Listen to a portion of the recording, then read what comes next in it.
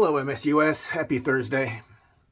I'm thinking the last couple of days about this Sunday's service, and one thing that came to mind for me was studies I've read about the best and worst examples people can look to when they're trying to learn a new skill. And what surprised me about those studies is that the worst examples are the people who are best at the thing you want to learn to do, the people who are so spectacular that you could never imagine closing the gap between you and them.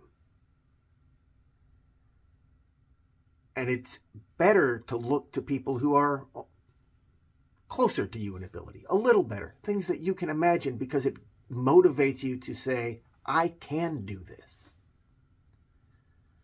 Our theme for worship this month has been justice and equity, and justice and equity can be like that. We have in our hearts, in our minds, a sense of what a just world would look like. May not all think it looks the same, but we have a pretty good picture that is, I think, overlaps. And sometimes it feels so far away, so utterly unattainable. Laura last week in her sermon and her service shared the small things, the steps people in MSUS have taken to make justice real.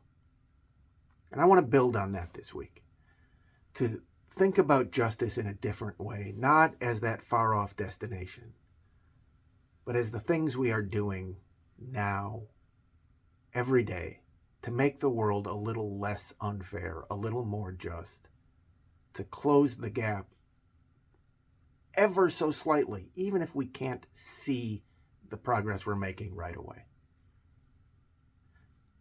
Now, here's a big transition. Speaking of building, we will be building community on Saturday night with the service auction. You can still bid online on service auction items up until Friday at midnight, I believe. So I hope to see you all there, or as many of you as can be there on Saturday, as the bidding gets hot and furious, and the camaraderie and the food are fantastic, and we just come together to build this community of faith and justice and hope and love.